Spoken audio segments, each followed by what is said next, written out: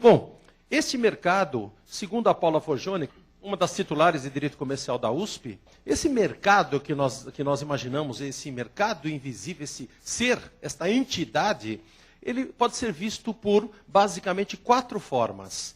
Ele tem um perfil, que é o perfil econômico, um perfil político, um perfil social e um perfil jurídico. No perfil econômico, é todo o conjunto de relações existentes entre os agentes que nele atuam. E o produto dessas relações. Então, ou seja, tudo o que acontece, toda atividade empresarial e toda atividade relacional que acontece no mercado é algo que efetivamente demonstra o perfil econômico. E dentro dessa atividade, nós vamos ver todas as atividades relacionadas às trocas mercantis. Nós vamos ver os chamados IPOs, isso é apenas uma siglazinha para dizer que uma empresa está abrindo o seu capital na Bolsa de Valores, que é uma tendência para certos setores da economia. Vocês já devem ter visto muito disso. As empresas que, de repente, procuram colocar suas ações na Bolsa de Valores e, a partir daí, se capitalizar com o dinheiro popular, por um mercado específico. Então, esse é um mercado. Há também o que se convencionou chamar de novo mercado Bovespa, que aí já é um outro tipo de mercado. São empresas que possuem ações no mercado de capitais, no mercado de bolsa de valores, e são empresas que atuam dentro de certas regras éticas e morais estritamente afinadas, depois nós vamos falar um pouquinho sobre isso, e que elas atuam e possuem ali uma série de pré-requisitos para poderem estar atuando nesse chamado novo mercado, nível 1, nível 2 ou até nível 3 da Bovespa. Então, quer dizer, ainda assim, uma empresa que está vendo este mesmo mercado que nós estamos falando de um jeito totalmente diferente. Nós temos o perfil político, o mercado como centro do sistema econômico e jurídico, o mercado como algo que respeita aos princípios constitucionais, principalmente o artigo 170 da Constituição Federal, que trata especificamente da ordem econômica. E é um mercado que respeita a livre iniciativa, liberdade de contratar, direitos do consumidor, livre concorrência, além do direito de propriedade. Isso tudo forma um perfil desse mercado, que é um perfil político, pode parecer um pouco jurídico, mas é ainda um perfil político, porque está dentro da questão de políticas públicas, tentar solucionar esses impasses que nós veremos. Depois nós temos um outro perfil, que é o chamado perfil social, onde o mercado é incentivado a contribuir com as políticas públicas para viabilizar o desenvolvimento cultural, socioeconômico e o bem-estar da população e a autonomia tecnológica. Isso está dentro do artigo 219 da Constituição Federal. Um outro perfil. Tudo o mesmo mercado. E o jurídico, que é todo o cipoal de regras, todo aquele conjunto de regras, princípios que norteiam o comportamento dos agentes econômicos. Ora, então o advogado que ingressa, sai da OAB, ou até o advogado já mais antigo como a gente aqui, ele começa a estar dentro de uma realidade que não foi bem a que ele estudou há anos atrás. Ou então, às vezes, sai da faculdade, ingressa nesse novo mercado e toma um choque. Porque ele fala, como é que eu vou fazer a aplicabilidade do que eu aprendi? Como eu devo ser? Como eu devo agir? O que esperam de mim? O que um empregador pode esperar de mim? Um advogado com 5, 10 anos de carreira, entrando numa atividade, por exemplo, ligada à atividade empresarial, ou tendo que advogar numa área qualquer? O que o mercado espera dele? Esse mercado que a gente não vê, esse mercado que a gente escuta todos os dias, o que o mercado espera de mim? Então, às vezes a pessoa fala, pô, Adalberto, eu não consigo cliente, eu não consigo, eu faço tudo direitinho, eu faço meus cursos, faço isso, estou lá na OAB, faço tudo, e eu não consigo deslanchar na minha carreira. Procura verificar. Será que você está adaptado para o que o mercado espera de você? Aí é que está. Aí é que começam as questões, gente. O pior problema, gente, não é a incompetência. Às vezes a gente fala, pô, puxa vida, né? Não consigo porque eu sou incompetente. Não, o pior problema não é a incompetência. O pior problema é a não competência. Ou seja, nós não termos as ferramentas ou desconhecermos as ferramentas que possam nos fazer andar e caminhar nesse espaço que nós estamos demonstrando aqui para vocês. Então, quer dizer, às vezes nós deixamos para trás certas atividades importantíssimas aqui na advocacia, porque faltaram-nos ferramentas. Às vezes, toda a nossa formação está voltada para, por exemplo, litígio, e o mundo já não é mais tão litigante. O mercado não está mais tão litigante. E a formação toda nossa foi calcada no litígio. E nós precisamos fazer um ajuste para que nós possamos andar um pouco melhor nessa atividade. Tá? O que aconteceu para mudar esse mercado do jeito que está mudando, gente? Me parece que o que aconteceu foi justamente uma mudança legislativa e depois uma pressão social, para que as coisas se modificassem. Tá? As empresas brasileiras, via de regra, elas sempre trabalharam e sempre buscaram, e essa é a doutrina que nós sempre estudamos, de que toda e qualquer empresa, ela visa lucro. Fim de papo. Então, entendem os doutrinalistas que estudam essa matéria que nada além do lucro era factível de ser visto na atividade empresarial. Então, era uma forma como muitos de nós trabalhou, uma forma como muitos de nós vivenciamos a atividade empresarial lá atrás. A visão é totalmente unidimensional. Eu sou uma empresa, eu viso lucro. Pronto, não existe nada ao meu entorno. E o advogado de então só conhecia essa realidade. Eu tenho que trabalhar aqui e não importa o que eu vá fazer, a minha empresa tem que angariar mais lucros. E às vezes o advogado até exacerbava para poder ajudar a empresa. Todavia, a visão começa a se modificar por forças sociais, por forças da globalização, por forças vindas de um ambiente novo que nós estamos vivendo, que eu vou falar daqui a pouco, e as forças começam a se modificar. E a visão começa a ser pluridimensional. Eu não consigo somente trabalhar empresário para buscar o meu lucro, esquecendo o que está ao meu entorno. Se eu fizer isso, o meu entorno vai devorar minha atividade empresarial. Eu tenho que pensar no meu entorno.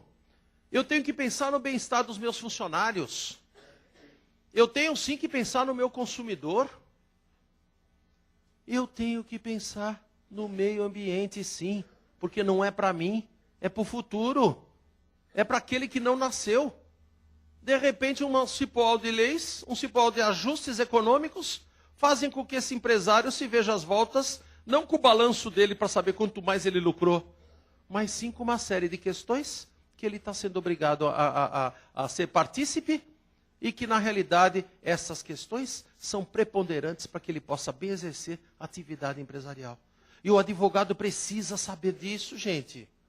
O advogado precisa conhecer essa nova realidade, de que não se consegue mais trabalhar por trabalhar em busca de lucros. As buscas hoje são buscas de resultados onde o lucro, obviamente, faz parte. Ninguém aqui é jejuno, ninguém aqui é infantil a ponto de dizer que um empresário que abriu sua empresa não pode ter lucro. Se assim fosse, os bancos teriam que sair do país, que foram os que mais lucros tiveram nesses últimos exercícios. Então, quer dizer, não é isso que nós estamos pregando, gente. Nós estamos pregando uma nova visão do direito. Estamos pregando uma visão um pouco mais afinada do direito. Uma visão que você consiga entender que não adianta você ter lucro trabalhando com mão de obra infantil. Isso é um falso lucro. Não adianta você ter lucro desrespeitando o meio ambiente. O advogado tem que saber debelar e explicar para os seus clientes essa situação. Não adianta você ter lucro a pretexto de que todo os seus empregados estão numa situação deplorável de serviço. Milhares de problemas no campo, dentro do chão da fábrica.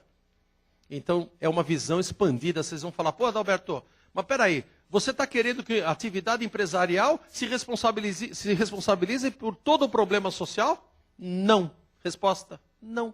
Não é esse o conceito. O conceito que nós estamos tentando desenvolver com luzes na Constituição Federal, principalmente no artigo 170 da Constituição Federal. É um conceito que daqui a pouco eu vou abrir para vocês, que é o conceito de nova empresarialidade. Tá? Só que, antes de chegarmos lá, nós temos que entender que o ambiente em que nós estamos imersos é um ambiente que foi modificado depois do neoliberalismo econômico. Ele foi modificado depois da pós-modernidade. Ele chama-se ambiente de sociedade de informação, que faz parte das políticas públicas de todos os países e que melhora a qualidade de vida das pessoas. Tá? Onde você consegue estender, por tecnologia, você consegue estender a chance da comunicabilidade, a interação, os trabalhos, você consegue ter um governo eletrônico que faça sentido. Você consegue ter as prefeituras perto do munícipe. Você consegue ter rapidez, fluidez, certidões em 1 segundo, coisas que a gente do passado nem imagina que existe. Quantos aqui dos colegas que não se lembram como é que era difícil conseguir uma certidão tributária no passado? Hoje você aperta um botão de computador, cospe a certidão para você. Qualquer documento público, no futuro vai ser muito melhor. Delegacias virtuais funcionando. Então, quer dizer, a sociedade da informação está mudando a nossa forma de verificar a nossa atividade empresarial, gente. Um mundo inesgotável de oportunidades, sim. Lucros, sim. Vide as empresas tecnológicas. Vide uma Google. Vide uma Microsoft, uma empresa de base tecnológica que vale bilhões. Muito mais do que qualquer coisa material. Muito mais do que qualquer prédio na 5ª Avenida dos Estados Unidos. Muito mais. Vale bilhões, coisas que a gente não vê. Então, gente, primeira mudança, primeiro ajuste de olhar que eu acredito que nós devamos fazer. Vamos dar atenção para as imaterialidades, para o que você não vê, para o que você não consegue sentir, mas para que tem um valor absurdo para o dinheiro. Vamos dar atenção para um conhecimento. Vamos dar atenção para a sua forma de poder conhecer alguma coisa diferenciada e fazer disso alguma coisa que faça sentido onde você atua. Então, esse é o primeiro ponto. Acontece que os riscos eram pequenos frente à magnitude dos ganhos desse mundo, em razão da globalização. Tá? Então, os problemas que começaram a advir disso são problemas que os advogados nunca pensaram em encontrar. Então, são problemas de natureza ética, são problemas vários morais gerados pelas redes, são problemas que as atividades empresariais estão vivenciando por aí afora, e o advogado precisa achar a fórmula de advogar, tá? Nesse segmento, sem tanto ser um ser bélico. Ou seja, eu vou advogar, eu vou lá, vou me entender com o juiz. O advogado precisa parar de achar que a advocacia ele tem que falar com o juiz, gente. Precisamos parar com isso. Tudo bem, nós temos nossos processos, nós temos mesmo que falar com o juiz, mas o juiz não resolve a nossa vida. Você não pode botar a tua vida de advogado, depois de tantos anos de estudos, na mão de uma situação processual que vai demorar 10, 15 anos para te dar a resposta.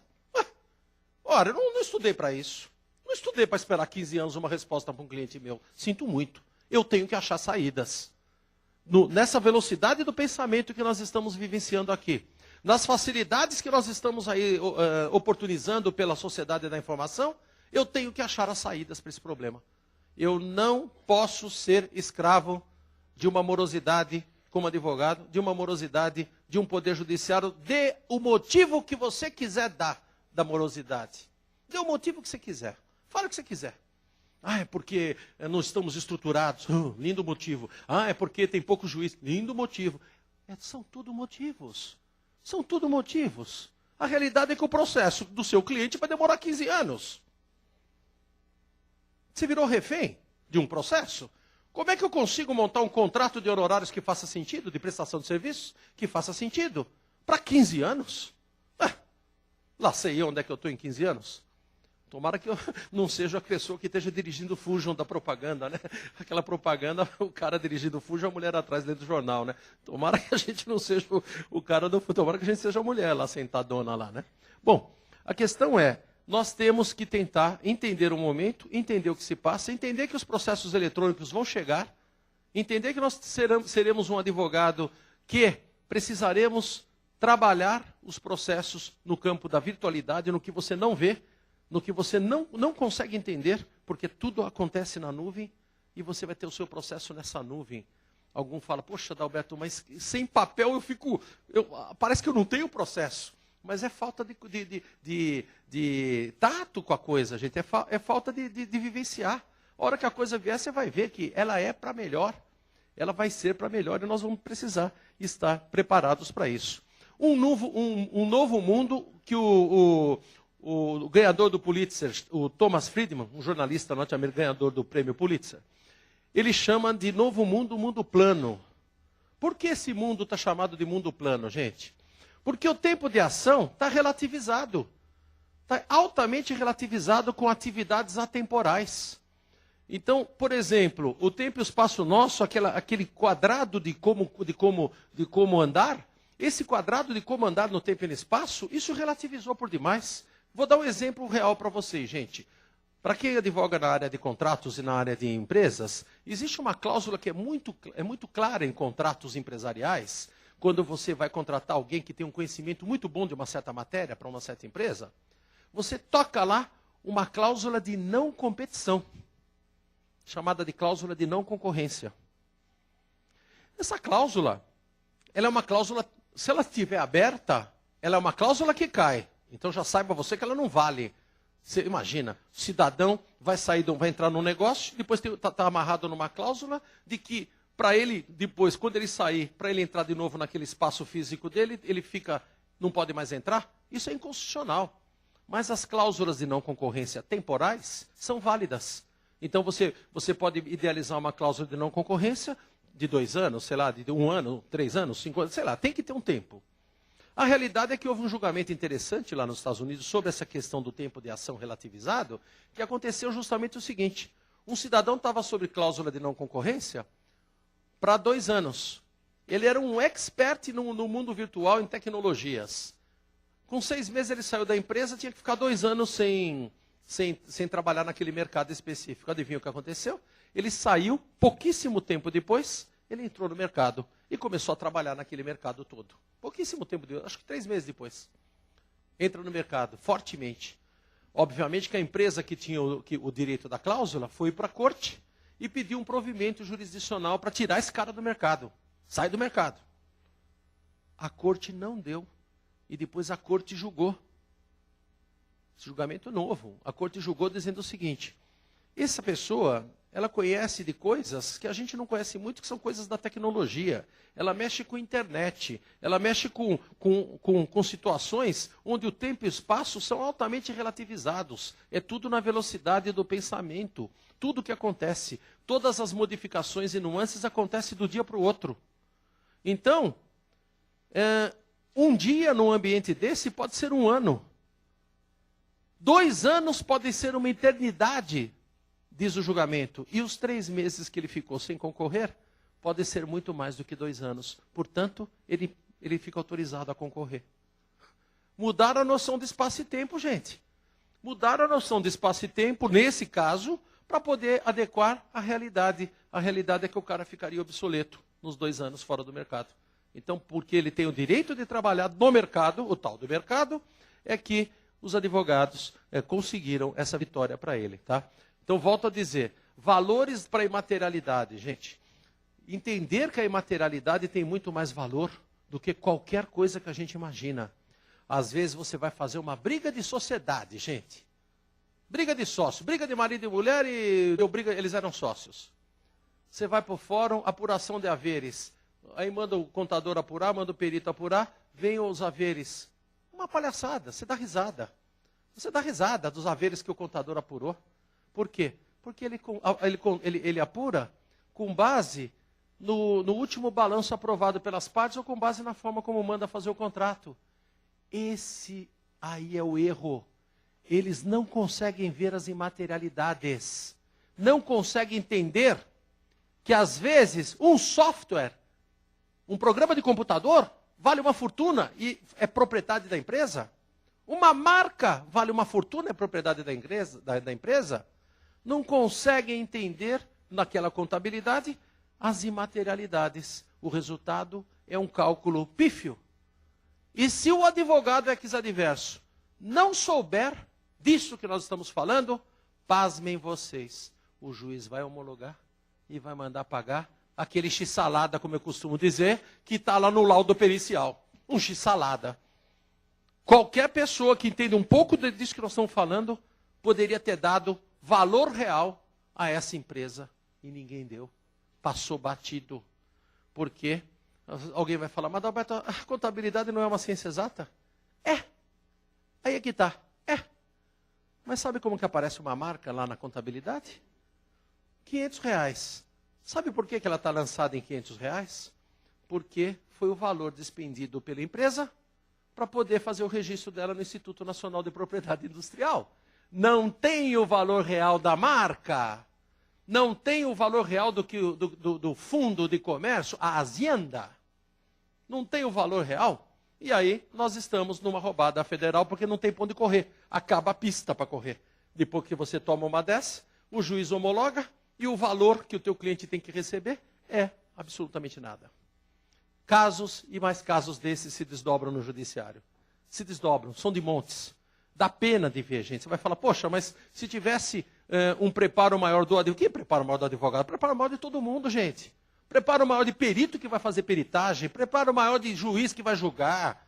Quando você vê que está alguém sendo altamente vilipendiado ali, você tem que intervir. Você tem que intervir. Que história é essa? Que justiça é essa? De repente, então, faz uma conta de padaria lá e aquilo sai a apuração dos haveres? E todo mundo acha que aquilo é o certo? Como é o certo? Como é o certo? O certo é você dar a cada qual o que é seu. Isso é o certo. O certo é você entender que existe imaterialidade que levanta o preço lá no céu. Isso é certo. As imaterialidades não ficam constando desses negócios que nós estamos falando, infelizmente. Infelizmente. Outra situação muito nova, gente. Vocês têm que estar preparados para um tipo de trabalho hoje em dia que é chamado de prestação de serviços. Esse termo offshore, desculpa o anglicismo aqui, mas não tem jeito. É uma prestação de serviços que a empresa ela faz a partir de um país para vários países. Para vários países sem sair da sede dela. E o advogado precisa estar preparado para essa realidade. Exemplo, gente. Um dia desses ligou lá um setor de call center. Quebrou um carro lá em Tóquio, ruas de Tóquio, quebra um carro. Quebrou um carro, tudo bem. Ele liga na hora para o serviço, para chamar guincho, essa coisa toda. Ele liga para o serviço, aí a pessoa atende e fala, não, tudo bem, eu vou mandar um guincho. Ah, mas olha, minha mulher está com dor de cabeça. Você sabe nesse lugar que eu estou, se tem uma farmácia por aí? Olha, onde é que o senhor está? Que rua que o senhor está? Ah, está na rua tal, né? Tá bom. A 3, 4 quadras do senhor tem uma farmácia. Tá? Enquanto chega o guincho, o senhor pode ir até lá e comprar o remédio. Problema. Essa pessoa que está falando com o japonês que quebrou o Toyota dele lá no Japão, a pessoa é brasileira. Está atendendo a partir do Brasil, gente. Está atendendo a partir do Brasil. Serviço offshore. Serviços sem fronteiras. Serviços prestados remotamente. E não é só esse, não. Tem um monte de serviço prestado assim, gente. Tem escritórios de advocacia que o cidadão vira e fala, ele manda lá, o advogado está saindo, ele vira e dá uma ordem lá. Olha, estou indo embora, eu quero uma pesquisa de jurisprudência XPTO qualquer, eu quero saber as notícias do dia, eu quero um informe sobre o mercado para mim, a hora que eu chegar amanhã cedo. Tá bom. Ele vai embora. Aí você fala, caramba, esse cara pediu uma coisa e escravizou um aqui no escritório dele, que vai passar a madrugada toda fazendo isso. Escravizou? Ninguém. Ele fez aqui no computador da mesa dele, para a base do escritório que está sediada no Japão, ou na China, ou em um país com fuso horário, ele mandou para lá, a pesquisa foi feita a partir de lá. É o horário de começo de trabalho do cara, gente. Aquele advogado lá está começando a trabalhar naquela hora que esse está saindo. Ele faz o trabalho no período que o outro está dormindo. A hora que o outro chega de manhã, está o trabalho todo pronto, gente. São serviços remotos. Nós precisamos estar atentos para essa realidade que me assusta muito, gente. Precisa ver cada susto que eu tomo de ver serviço desse. Eu estava um dia desses vendo o presidente da da Oracle falando, ele estava dizendo que deu um problema tecnológico num certo país, e os serviços para resolver o problema foram feitos em vários países, em turno, sem parar. Iam passando o serviço para outro, para outro, para outro, até chegar naquele país. Até resolverem, até acharem a solução. E aí acharam a solução. Tá certo? Então, nós precisamos estar atentos para isso. Outra situação, opinativos legais, gente. O que o mercado quer da gente? Você vai trabalhar numa empresa, vai trabalhar diretamente ligado a um setor que você tem que dar certos opinativos legais. Eu sempre pensei, como sempre fiz, que um opinativo legal era alguma coisa altamente boa, concreta. Eu puxo uma doutrina, puxo uma jurisprudência e meto lá um monte de página escrita e mando para o meu cliente. Eu falo, poxa, estou cumprindo o meu contrato. Gente, estou obsoleto. Obsoleto. Sabe por quê? Porque os opinativos legais de hoje em dia são feitos, sabe para quê? Para os diretores, para ajudar uma decisão rápida de um diretor. São feitos para ajudar uma decisão rápida de um empresário, de um funcionário, de um CEO, um presidente, que está em campo, que está no meio do negócio, com o seu aparelhinho, celular, BlackBerry, e ele quer um opinativo legal para ele ver se ele toma uma decisão ou não. Ele não entende nada do que você está escrevendo, ele não sabe a linguagem. Ele não quer saber se a doutrina A fala tal coisa e se a B fala tal coisa. Ele quer tomar uma decisão e tem que ser a melhor decisão.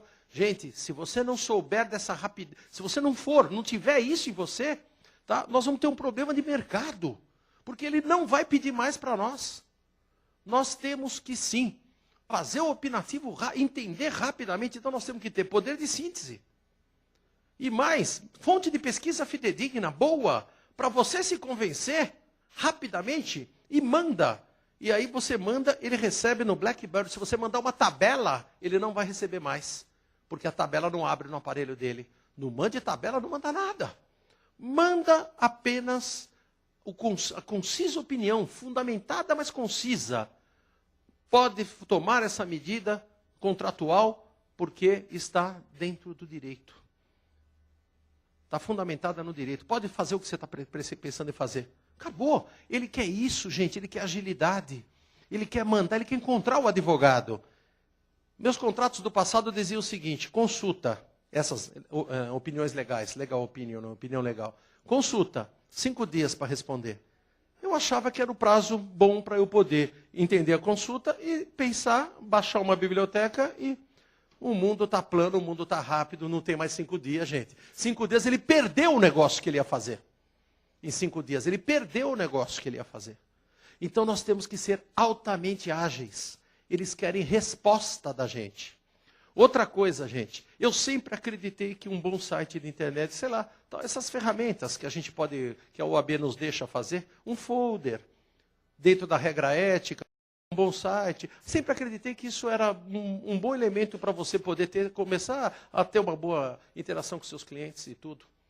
Gente, tem pesquisas feitas que me provam que não é nada disso. O folder, aquele material bonito do escritório, é o último.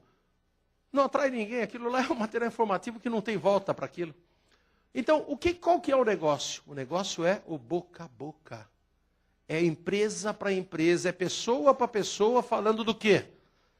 Da sua qualidade e da sua eficiência.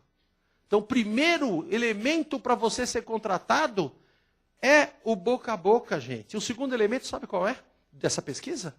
Essa pesquisa que eu estou falando foi aberta a semana passada no Rio de Janeiro, no Congresso da FIA, Federação Interamericana de Advogados, que congrega os advogados mais importantes do mundo. Estava lá no Rio de Janeiro. Eu tive o prazer de participar e eu fiquei de boca aberta. Como é que é a contratação no Brasil? Eu não sabia que estava assim. Então essa notícia foi boa que eu já estou trazendo para vocês de primeira mão. Eu vi lá no Congresso o advogado expondo isso, o advogado expondo para o americano, gente. Olha que coisa. Então a segunda é o diretor da empresa, gente. É o administrador da empresa. É aquele contratado. Ele é a fonte de contratação. Resultado, o perfil do novo advogado precisa ter o que nós chamamos de relacionamento ou network. Relacionamento social. Porque esses caras estão por aí. Eles estão no mundo afora, estão por aí. Esses caras que vão dirigir. E eles são a segunda fonte de contratação dos advogados do Brasil. Não estou falando de uma pesquisa americana, não. Estou falando do Brasil. Olha que coisa incrível, gente. Então, quer dizer, muda o perfil do que a gente imagina que seja onde é que tem o cliente. Será que nós vamos no lugar onde está o cliente? Aí é que está. Será que a gente faz mesmo essa política de boa vizinhança? Vai falar, pô, Adalberto, mas isso não está certo esse negócio? Né? De eu ter que ficar aí, eu não estou bem e tenho que ficar dando sorrisinhos para Deus e o mundo? Gente, nós estamos num mundo globalizado, nós estamos num mundo que é tudo muito rápido. Sabe? Você tem que se interagir para poder se situar melhor no seu próprio mercado de trabalho. No seu próprio mercado. A busca de um perfil de advogado, então, acaba sendo o ideal. Acaba sendo a situação que o mercado procura. O perfil, não tanto o advogado. Fala, oh, tudo bem, tenho 4 advogados aqui. Eu não quero saber de que faculdade que você saiu. Quer saber qual é o teu perfil. Qual é o teu perfil? Você sabe o que eu estou falando? Ele diz. Você está entendendo o que eu estou querendo te dizer? Aí é que está, gente. Aí é que a coisa pega e nós precisamos nos inteirar. Tá? É nesse sentido que eu acabei desenvolvendo uma ideia chamada de nova empresarialidade, tá? Que é uma proposta de mudança do comportamento, não do advogado, hein? A minha proposta não é para o advogado mudar, não. A minha proposta é para o advogado se adequar. Para o advogado e a advogada se adequarem. Mas a minha proposta é para que quem mude seja o empresário. Para uma mudança do empresário. Então, mudança de que forma? Ele precisaria ter um comportamento tal, como se fosse aquele antigo que nós estudamos no direito do bonus pater familiae. Bom pai de família, na atividade empresarial. O bom pai de família. Não pode mais ser aquele tempo do mata-mata, gente. Não pode mais ser aquele tempo dos acertinhos, dos ajustes. Não pode, a empresa não aguenta. Você ser advogado que faz os ajustes e acertinhos para resolver as coisas. Não, não é esse o perfil, não dá para ser assim.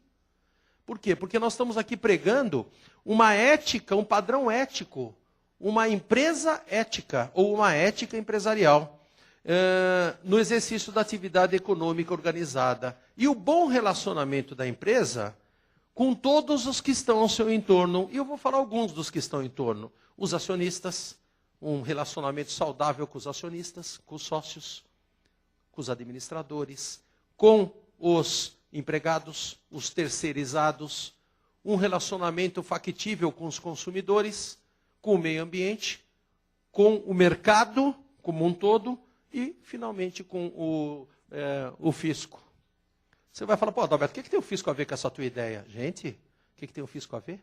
Tem empresas que não compram mercadoria se aquela empresa é uma contumaz devedora do fisco.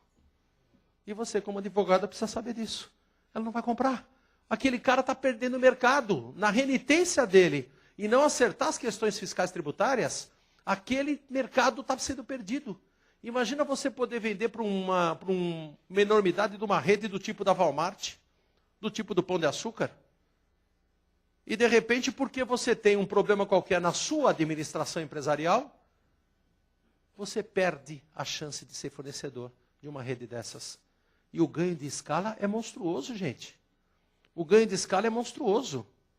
Então, nós estamos tentando propor alguma coisa para os colegas, para que a nossa função, a nossa atividade, não, mas sem nenhum demérito, mas é que eu fico muito triste, gente. Eu leciono há muitos anos, eu sou professor há mais de 20 anos. Eu fico muito triste quando eu escuto um aluno meu dizer que não é demérito, mas, poxa, dizer que ele está vendo lá um processo, fazendo audiência a um preço de nem um x-salada, não é? Virou audiencista, sei lá que negócio é esse aí. Ou se eu tenho que ir lá ver processo a um preço muito, muito massificado. Cadê a dignidade nossa? Cadê a forma de você ser? Quanto tempo você aguenta? Fazendo, mas o mercado me jogou nisso, eu estou assim. Não. Não, o mercado está te mostrando várias facetas, você apenas embarcou numa delas. Mas nunca se esqueça que tem outras. Tem essas que eu estou falando, tem esse outro tipo de advogado, tem outro jeito de ser, outra forma de vivenciar. Por isso que é importante o advogado atuante que vem numa palestra dessa. Podia estar na sua casa descansando, está aqui. no centro da cidade assistindo uma palestra. E o ganho disso? E o ganho para a tua vida futura?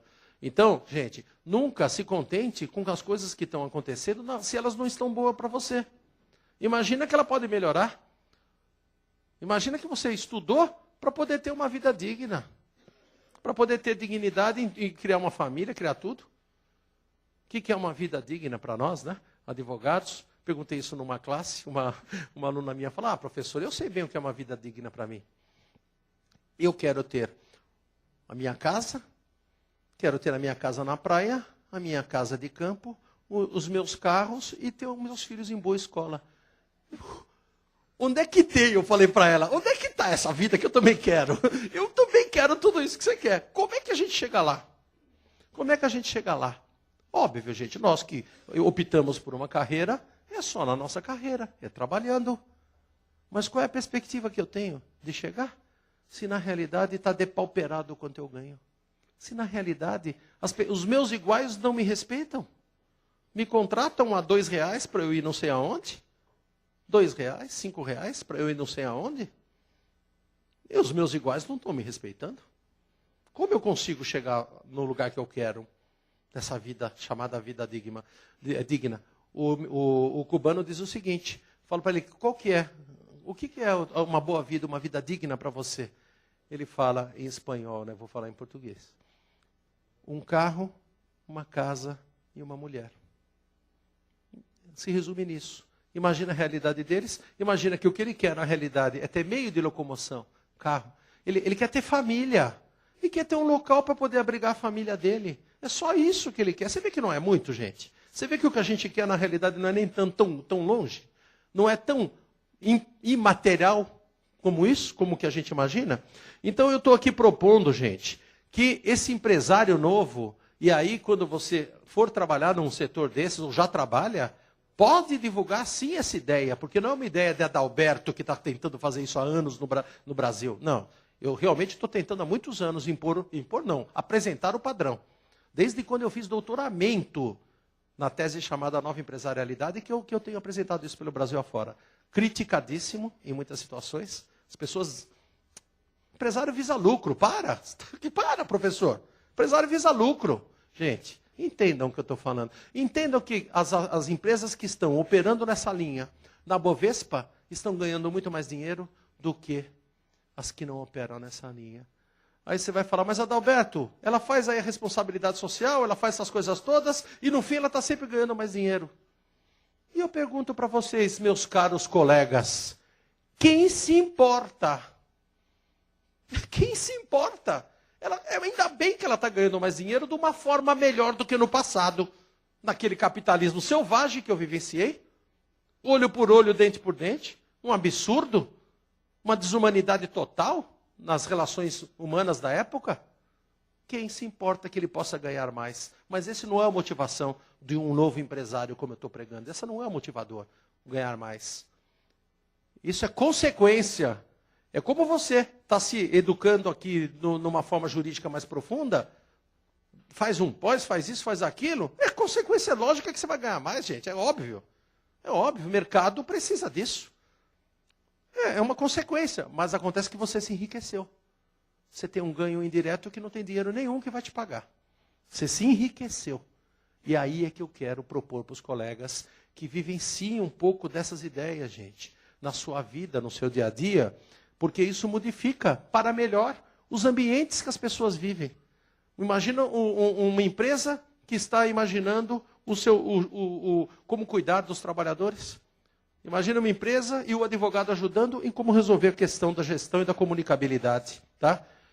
Óbvio, quando uma empresa absorve os padrões éticos e morais no seu DNA, desculpa a linguagem, mas o empresário diz assim, tá? Ele reflete em toda a cadeia desses entornos que eu falo. Isso é uma expressão também em anglicismo, chamada de stakeholder. Não tem bem uma explicação do que é isso, mas é esse entorno. As pessoas que convivem no entorno da empresa, os direta e indiretamente relacionados são chamados de stakeholder. Tem toda uma teoria sobre isso, mas não vou falar sobre ela, só para a gente entender quem são esses caras, como eles atuam. Essas empresas podem gerar, e aí nós advogados precisamos também entender que somos parte importante disso. Incentivo ao empreendedorismo interno e ao voluntarismo. Então, gente, o advogado hoje em dia, às vezes ele pode ver coisas dentro da empresa que ninguém viu. E ele pode ser útil para o empresário, para uma solução de um problema que não é jurídico, é metajurídico. Então nós temos que nos habituar a trabalhar de forma multidisciplinar. De forma multidisciplinar é olhar de cima. Olhando de cima você entende tudo. Quando nós vamos atuar para alguma empresa, entenda o DNA dela, entenda a vida dela.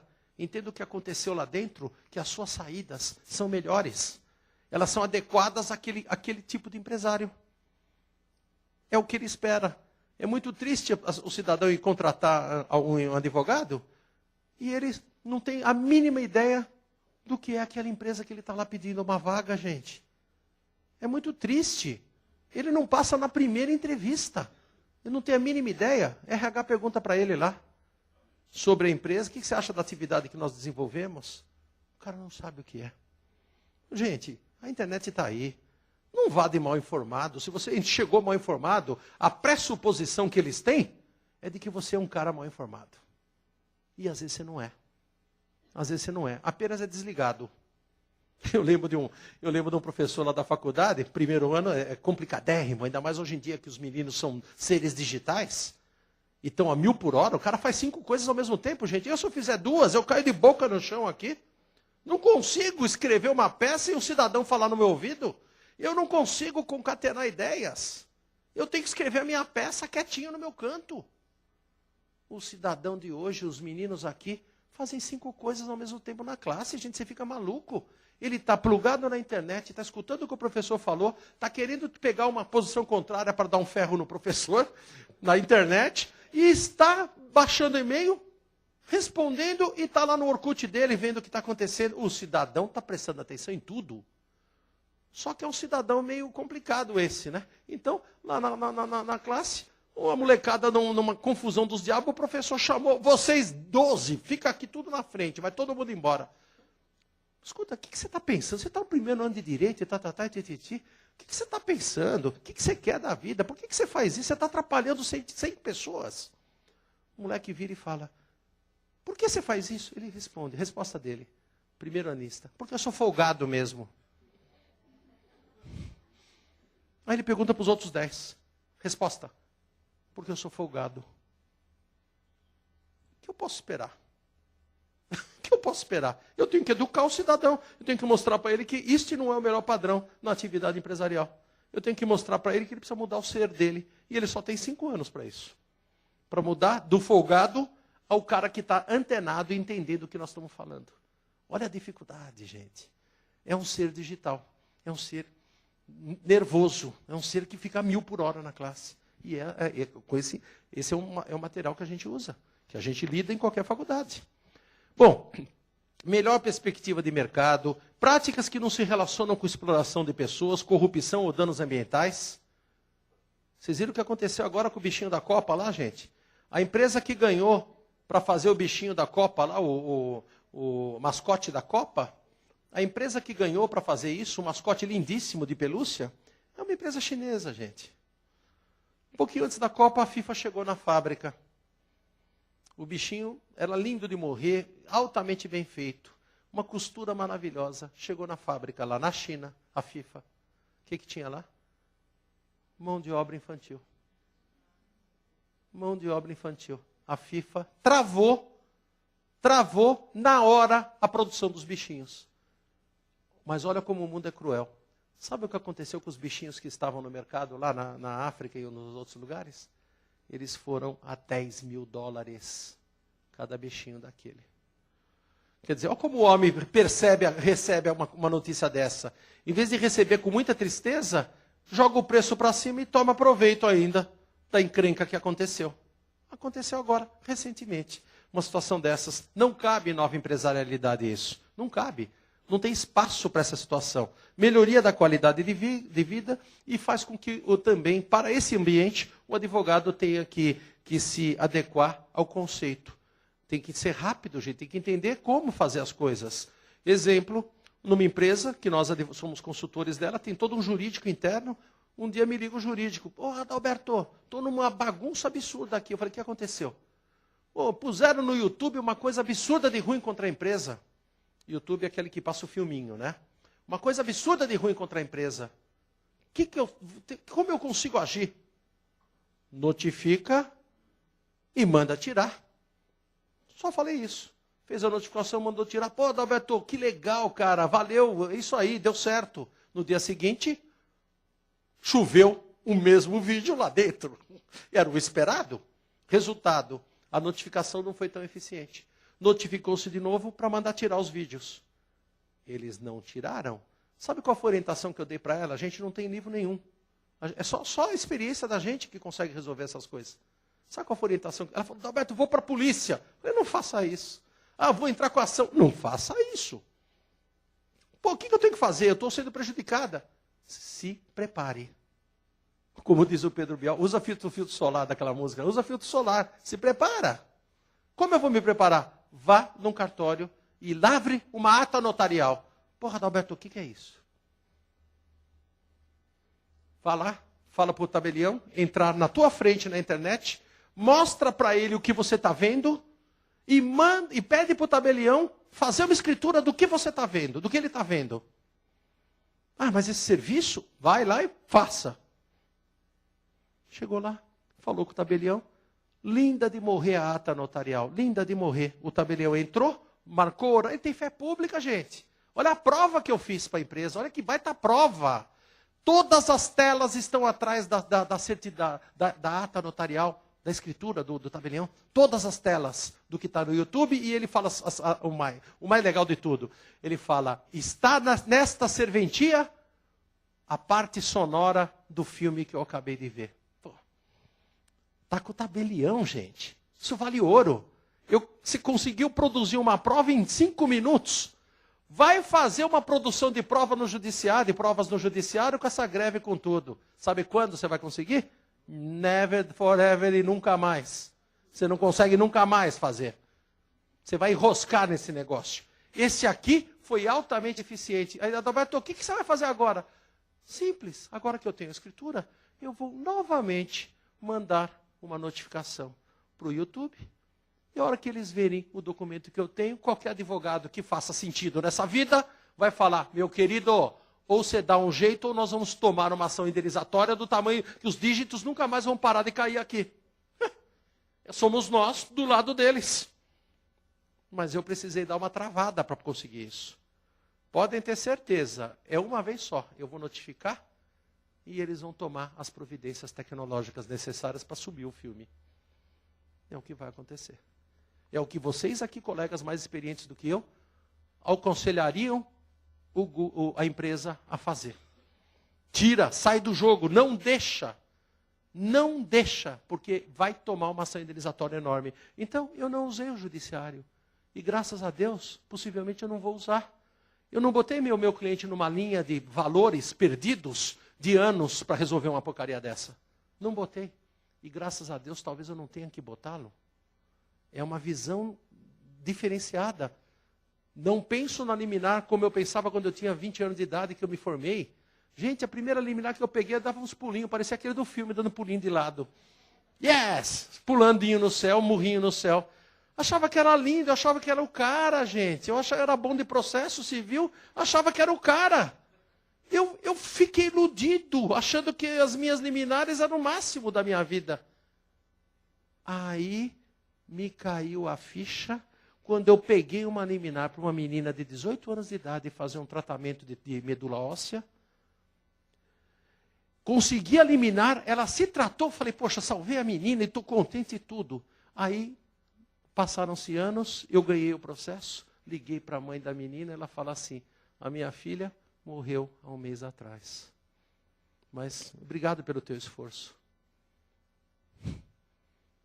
A menina morreu, fez o tratamento, morreu, e cadê o bonitinho com a liminar? Não tem nada disso. Não é assim que a gente consegue resolver. Não dá. Não pode ser isso. Não pode você entrar com o processo e só se resolver dali a 15 anos. Está equivocado o conceito. Nós precisamos achar saídas. Nós vamos ver algumas. A governança, gente, corporativa, vocês vão escutar muito esse termo, é um termo onde essas empresas que já estão professando um pouco desse credo que eu estou falando para vocês, que é o credo da nova empresarialidade, essas empresas começam a criar padrões éticos dentro delas e começam a ser regidas por normas éticas que não são impostas por leis. Normas éticas que impedem, por exemplo, um executivo de ganhar um presente ou de dar um presente para um juiz. Os mais antigos advogados aqui devem se lembrar como era bom aqueles tempos onde a gente saía cheio de presente de tudo quanto é lá, dava presente para Deus e o mundo. As coisas mudaram. As coisas mudaram. Não dá para acontecer mais assim. Não tem mais espaço para acontecer isso. Para as coisas serem nessa relação. Então, o advogado tem que entender que as empresas estão sob padrão ético. Tem que entender que a contratação dele,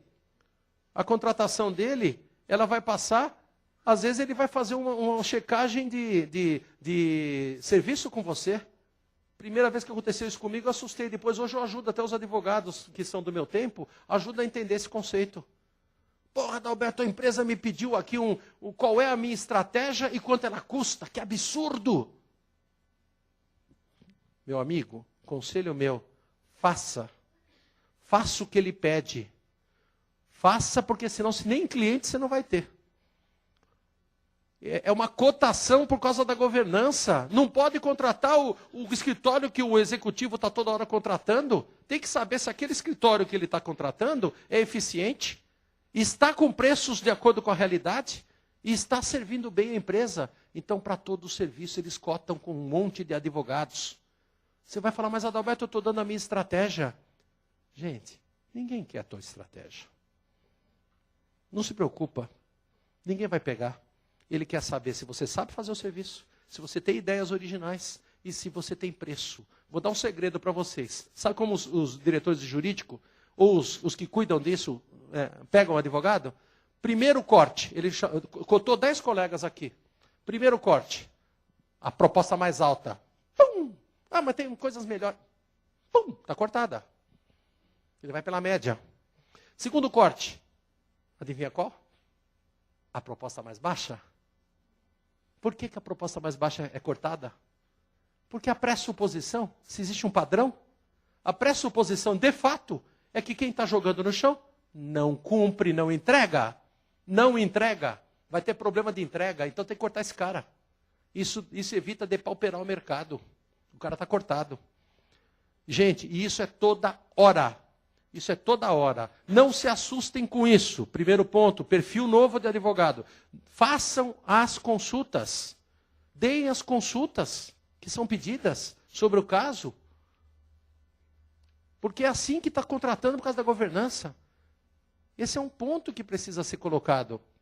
Está funcionando desse jeito o mercado. Outro ponto que o advogado se assusta sobremaneira, gente. E eu vou explicar para vocês. Não tenham medo. Chega no fim do período, a empresa manda para o advogado um relatório dizendo, doutor, por favor, o senhor pode me informar sobre o meu caso? Sim, posso. Só que tem lá o seguinte, quais são as chances de eu ganhar esse caso? Remotas? Razoáveis? Tem vários itens. E você tem que pôr. O advogado liga para mim, porra, Alberto, olha que loucura, eu estou aqui fazendo uma advocacia e o cidadão está querendo me pegar. Por que ele quer te pegar? Porque ele quer saber que chance que eu tenho de ganhar o caso dele. Ou ele está querendo mudar de advogado, ou ele quer me pegar, o cliente. Novo mercado. Está dentro de um conceito de auditoria. As auditorias precisam entender a real situação do processo para poder, nas contas, dizer se ele vai contingenciar aquele dinheiro ou não, ou quanto vai contingenciar. Doutores, não tenham medo de preencher. Mas tome cuidado, não quer dizer que se você colocar lá que existe uma probabilidade de perda, não quer dizer que você seja mau advogado, gente. A advocacia é de meio. Põe assim que existe uma probabilidade de você perder, isso não é demérito para ninguém, e você vai ajudar a empresa a poder contingenciar o dinheiro. E vai te ajudar no futuro, porque quando ela contingenciar o dinheiro, vai te ajudar a resolver esse pepino. Fora do judiciário. Eu vou explicar para vocês como. Quando ela contingenciar, você tem chance de resolver. Por quê? Porque ela assumiu que ela tem uma certa chance de perder. Para ela não perder o máximo, adivinha o que pode acontecer. Os advogados não têm se apercebido dessa realidade. Poucos pegam, porque a gente não entende de contabilidade nem de números, a gente não pega o balanço da empresa. A gente não vê a contingência que está feita lá. A gente se esquece desses detalhezinhos, diz, isso não é coisa de advogado. Mas é o jeito de você agregar valor, de você conseguir fazer esse trabalho numa perspectiva que nós estamos aqui tentando mostrar. A política de responsabilidade social, ela na realidade acaba gerando uma empresa societariamente responsável e uma empresa socialmente responsável. Tá? Essa é o fruto dessas políticas. A empresa societariamente responsável, ela é aquela que anda de acordo com as leis, com o seu objeto social e com tudo o que se faz. Hoje em dia, gente, tem advogados contratados, é uma nova carreira dentro do direito, uma nova hipótese. Vocês notem que eu estou falando só de advocacia de serviço? Notem que tudo que eu estou falando são oportunidades de trabalho nos serviços jurídicos. E não no processo, mas nos serviços.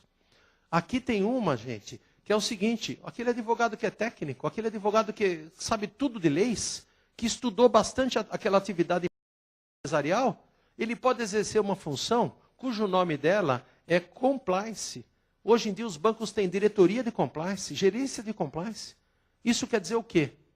Conformidades. É um advogado cuja função dele é conhecer as conformidades. Você vai falar, Adalberto, mas qualquer advogado conhece. Eu, por exemplo, não conheço. Eu não conheço. Eu não sei todas as conformidades das empresas que eu advogo. Não sei mesmo. Ainda mais se ela for para o lado dos laboratórios de Anvisa, de não sei do quê. Gente, isso é uma loucura. Se ela for para o lado de mercado regulado, telecom, que é o lado que eu trabalho bastante, isso é uma loucura, as conformidades. Eu preciso de alguém para me ajudar, alguém que conheça o cipoal inteiro de leis. Esse alguém vale ouro no mercado. Então, se você é o cara que consegue guardar as leis e entender como elas estão num certo setor, você é o cara, gente. Você pode pedir esse tipo de vaga no mercado. Esse tipo de vaga não é para qualquer advogado. Esse tipo de vaga é para um cara que conhece essas coisas. Super bem remunerada, para falar a verdade. Esse cara agrega valor sobremaneira. Porque ele localiza antes. Então é um cara bem remunerado no mercado específico. As empresas socialmente responsáveis são empresas envolvidas com projetos sociais. Não vou falar tanto delas aqui, mas está dentro dessa nova mentalidade que eu estou falando. E dentro dessa nova mentalidade ainda existe algo que eu falei a semana passada na Associação dos Advogados, que é um novo tipo de franchising chamado de franchise social. São coisas novas, são atividades novas, jeitos novos de você fazer as mesmas coisas. Né? Então, é a empresa que, ela, além de buscar o lucro dela, de buscar tudo que ela quer, ela também pensa no entorno dela. Também pensa no entorno. Então, ela é uma empresa socialmente responsável. Tem muitas por aí afora. Tem muitas com projetos maravilhosos. Você pega o Instituto Etos, entra no site do Instituto Etos, você vai ver que beleza, gente, as empresas e os trabalhos que eles fazem. 100% das empresas. 100% das empresas listadas no Instituto Etos são empresas que professam nova empresarialidade. 100% delas. Muito legal. Muito legal. Isso dignifica o país, dignifica o empresariado nacional, dignifica os advogados envolvidos nesses projetos. Tá? São projetos altamente importantes. Qual é a resposta disso? A resposta é muito clara. Quando você trabalha junto de uma linha dessas, você vai ter resposta. Responsividade quer dizer resposta social. Você vai ter resposta do consumidor. Primeira resposta sua, do consumidor. O consumidor vai comprar o produto do seu cliente. Vai comprar. Se tiver 2 produtos, um está socialmente responsável, o outro não, ele leva o socialmente responsável. Tem pesquisas da Getúlio Vargas nesse sentido, maravilhosas.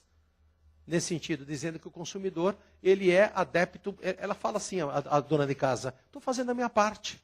Vou comprar desse que ajuda as crianças com câncer. Estou fazendo a minha parte. E o advogado precisa saber disso para poder incentivar o empresário. Fala, o teu ganho indireto que você tem nisso. Fornecedor. O fornecedor, quando a empresa tem esse lado, o fornecedor compra um pouquinho melhor. Os bancos reduzem a taxa de juros, pasmem vocês. Quando a empresa tem governança e tem essas linhas que eu estou falando para vocês. Se é uma governança não só de papel, uma governança verdadeira, uma gestão verdadeira nessa linha, os bancos têm pacotes especiais para eles. Porque é óbvio, gente, o risco está diminuindo. Porque as pessoas estão dentro de um plano ético. Então o risco diminui. Os empregados ficam muito mais animados com a empresa. Um dia, uma grande empresa de tecnologia, eu estava falando com os empregados. Eu falei, escuta, eu nunca ouvi vocês falando de greve aqui. Por que vocês não falam de greve? Não tem greve aí, isso e aquilo? Perguntando para eles. Eles falam, Adalberto, greve? Você já viu onde eu almoço? Eu falei, não sei onde você almoça. Eu conheço a empresa, conheço tudo, mas eu não sei onde vocês almoçam. Eu almoço no mesmo refeitório dos meus presidentes e da minha direção. Primeiro ponto, a comida é a mesma. Segundo ponto, eu quando chego, eu tenho um programa de atividade física para mim. Eu tenho lanches. Terceiro ponto, quando a minha mulher está com problema psicológico, eles contratam um psicólogo para ela. Quarto ponto, quando eu preciso de dinheiro, aqui tem um fundo, eu posso ir ao fundo que eu tenho aqui e eu levanto o dinheiro com juros zero. Eu vou fazer greve para quê? Olha, gente, olha só, um funcionário falando para mim. Eu queria entender o contexto da empresa e fui conversar com os funcionários. Escutei isso. Fiquei pasmo. Um excelente ambiente de trabalho. Excelente ambiente de trabalho que dignifica no sentido que eu estou falando. Evidentemente que isto tem uma resposta dos sócios e dos acionistas. As ações da Bovespa para as empresas de novo mercado, como eu falei, estão lá no céu. E uma resposta da comunidade. Ou seja, a comunidade ela fica satisfeita com uma empresa nesse nível, colocada dentro da cidade dela. Colocada no local dela, uma empresa desse nível. Ela fica satisfeita, a comunidade. E mais ainda, o entorno fica bom. Por quê? Porque é uma empresa que está gerando impostos, gerando postos de trabalho, gerando uma série de coisas úteis para aquela coletividade. Então, notem como dá para a gente acreditar na mudança total, a partir das nossas atividades e a partir do auxílio que a gente pode fazer ao empresário, na mudança total da própria qualidade de vida que a gente tem no Brasil. Esperado o perfil profissional, ainda tem alguns itens que eu queria falar e já estou finalizando, gente. Interação da ciência jurídica com a análise econômica do direito. Tá? Não é sempre que você tem que pegar o livro, como advogado, principalmente os iniciantes. O livro está dizendo para eu fazer tal coisa. Toma cuidado, gente. Você tem que pesar se o que você vai fazer é eficiente. Às vezes é o que está no livro, mas não é eficiente para o seu cliente. É a pior coisa. Então, a gente estudando a análise econômica do direito, junto com o direito, nós conseguimos gerar um divisor de águas. Exemplo, eu não vou fazer nunca, eu tenho 3, 4 caminhos para seguir. Eu nunca vou tomar um caminho que piore a situação do meu cliente. Então, eu vou tomar o caminho que, equitativamente, olhando todos, ele tenha características em si que sejam melhores do que os demais caminhos. Eu vou tomar um caminho assim. Então, se eu tenho 2 ou 3 vias, notem, gente, se aquela via que você vai tomar é mesmo a mais segura, Adalberto, mas ela é a mais rápida. Eu vou pretender fazer um pedido de falência do que uma execução, porque o pedido de falência pela nova lei eu recebo em 10 dias. Está lindo de morrer. Vocês já pensaram, se vocês tomam pela proa uma defesa, uma resposta do lado de lá, com um pedido contraposto do lado de lá, pedindo todos os danos materiais e morais que o pedido de falência indevido gerou para a empresa? Aquele teu dinheiro, 100 mil reais que você tinha 10 mil de honorários, viraram uma tragédia para você. Porque só de danos morais, talvez o juiz te toque uma sentença de 5, 10 vezes mais do que isso. Então, precisa tomar muito cuidado com isso. Você precisa ter muita certeza, saber se o cliente te contou tudo. Saber se a duplicata realmente, que se você vai pedir a falência, se ela é boa mesmo. Se é esse o caminho. E pensa bem. Lembre vocês, uma grande rede de televisão, a maior do país, há anos atrás, no fim do ano, ela virou e falou para todo mundo: credores meus, não vou pagar ninguém. A holding da rede de televisão falou isso. Nos jornais. Mandou anúncio para os credores. Não vou pagar ninguém. Estou me reestruturando. Esperem até janeiro. Você está com os títulos na sua mão como advogado. Teu cliente enxuriçando para você entrar com pedido de falência. Você vai pedir a falência de uma rede, a maior rede do teu país, só porque você está com um títulozinho lá na mão? Vai pedir a falência dela mesmo? Cadê o nexo disso? Então é nesse ponto que a gente precisa ajustar o olhar, gente. A advocacia de serviços, entender o que é imaterialidade, uma visão preditiva da advocacia, gente, protetiva dos negócios. Preditividade, que significa não você ficar fazendo previsão, não somos Benaditia. Mas você poder, olhando de cima, você poder entender o que pode acontecer lá na frente. E você ajudar o seu cliente a chegar lá na frente. E aí a solução ética de conflito, que é isso que eu queria também, nesse finalzinho, falar para os colegas, gente. Um sisteminha que nós desenvolvemos chamado de automediação. Tem artigo meu aqui na própria OAB. Quem quiser dar uma lidinha um pouquinho mais sobre isso, tem aqui no site da OAB, tem lá, automediação. Lembre o que a ministra Nancy Andrighi fala? A sentença, o acórdão, a decisão do Supremo, a decisão do Superior Tribunal, é a faca que corta.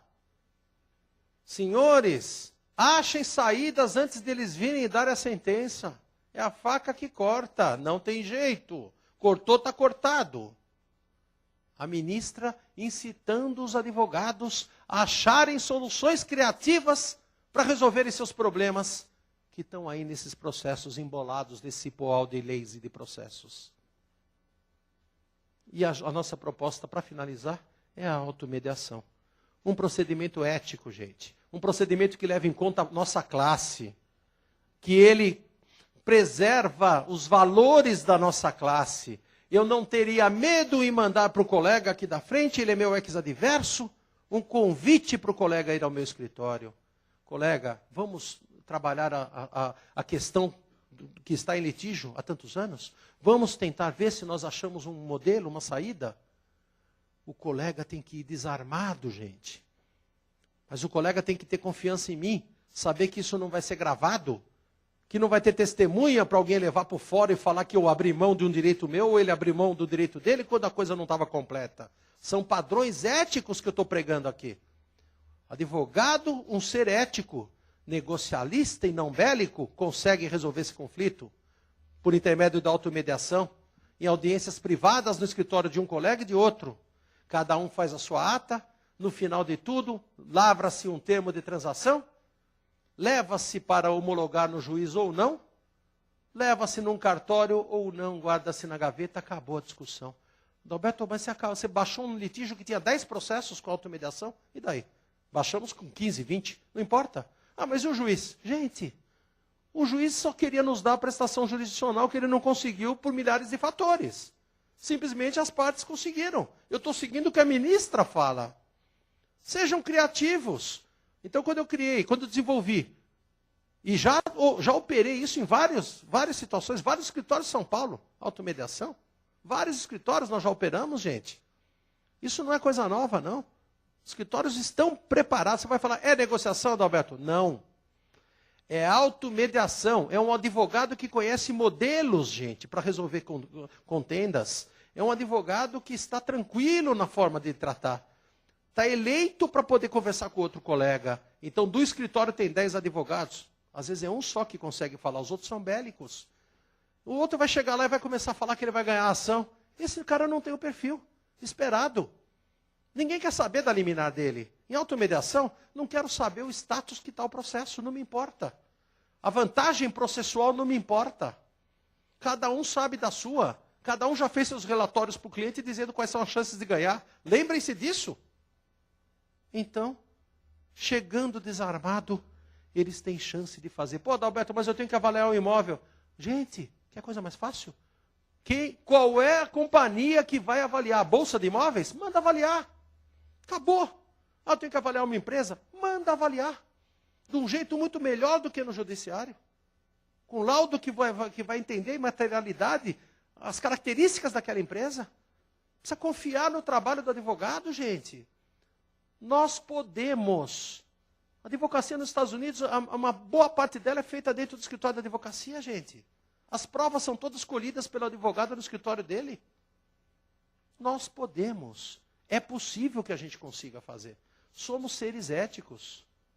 Precisamos acreditar nisso. Que o nosso colega não vai nos dar um passa-moleque. Ô, Adalberto, e se der e prejudicar? Se der e prejudicar, nós estamos na casa de correção. É uma casa ética, é a nossa casa, e se precisar corrigir, ela corrige. E eu falo isso com muita clareza, porque auxiliei no Tribunal de Ética aqui da nossa casa por muitos anos. Sei exatamente o que eu estou falando. Se precisar de correção, nós damos. Não tem problema nenhum. Nós queremos padrão, queremos ética, queremos um advogado comprometido com o presente para poder ter um bom futuro. Esse é o perfil, gente. Desculpa se eu me alonguei um pouquinho. Essas são as conclusões que eu poderia passar para vocês. O advogado deve ser um elemento de agregação de valor, gente. Ele tem que ter uma visão que possibilita a busca da efetividade nas relações e da eficiência. Esta é a visão que eu gostaria de deixar para os colegas e a minha mensagem final. Muito obrigado pela paciência com que me ouviram.